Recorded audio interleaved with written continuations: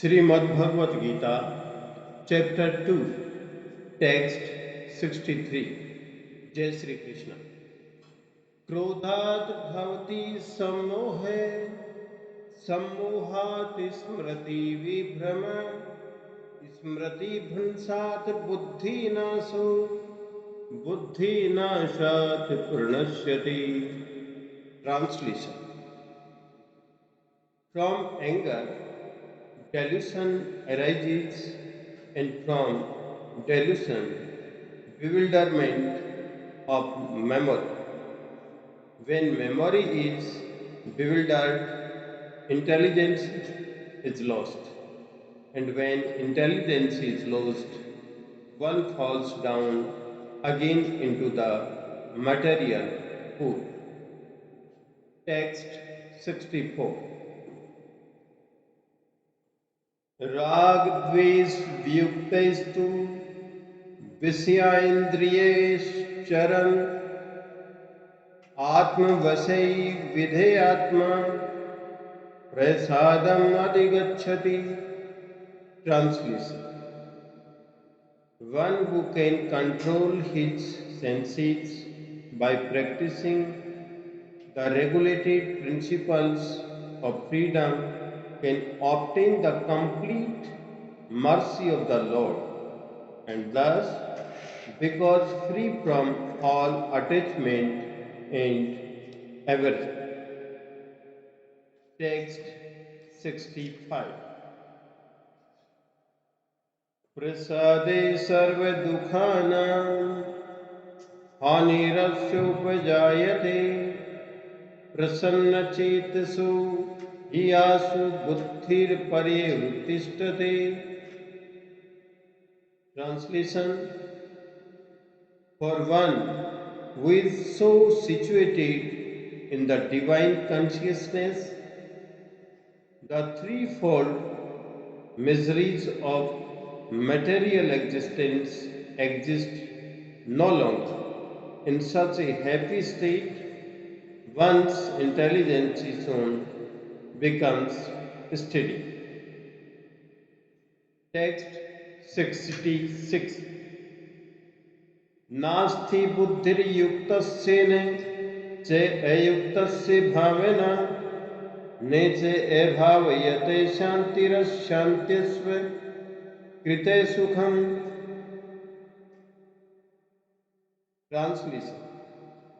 One who is not in transcendental consciousness can have neither a controlled mind nor steady intelligence, without which there is no possibility of peace, and how can there be any happiness without peace? Text 67. Indriyanam hi chartam यन्मनो अनुविधीयते तदश्वहति प्रज्ञां वायुर्नावम् इवं वसि. Translation.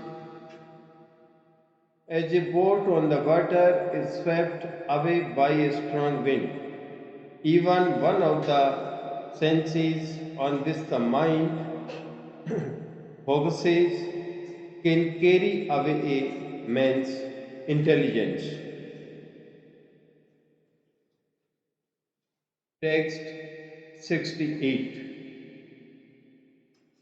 तस्मात् यस्य महाबाहो निगृहीतानि सर्वशः इंद्रियाणि इंद्रियार्थेभ्यस्तस्य प्रज्ञा प्रतिष्ठिता. Translation. Therefore, O mighty, arm one whose senses are restrained from their objects is certainly of steady intelligence. Text 69. या निशा सर्वभूतानां तस्यां जागर्ति Sami यस्यां जागर्ति भूतानि सा निशा पश्यतो मुने. Translation.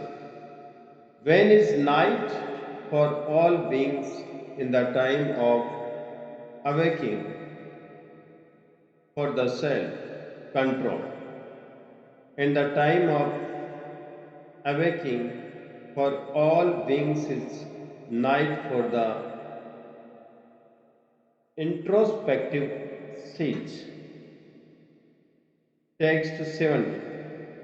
आपूर्यमाणम चल प्रतिष्ठम समुद्रम आप प्रविशन्ति यद्वत् यद्वत् कामायम प्रविशन्ति सर्वे से शांतिम आपनोति न काम कामी.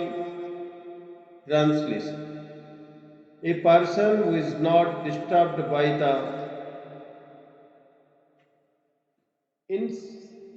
incessant, a person who is not disturbed by the incessant flow of desires that enter like rivers into the ocean, which is ever being filled but is always still can alone achieve peace, and not the man who strives to satisfy such desires. Text 71. Vihai kamane sarvam puman charti nispraha nirmamo nirankare se shantim adigacchati. Translation. A person who has given up all desires for sense gratification, who lives free from desires, who has given up all sense of proprietorship and is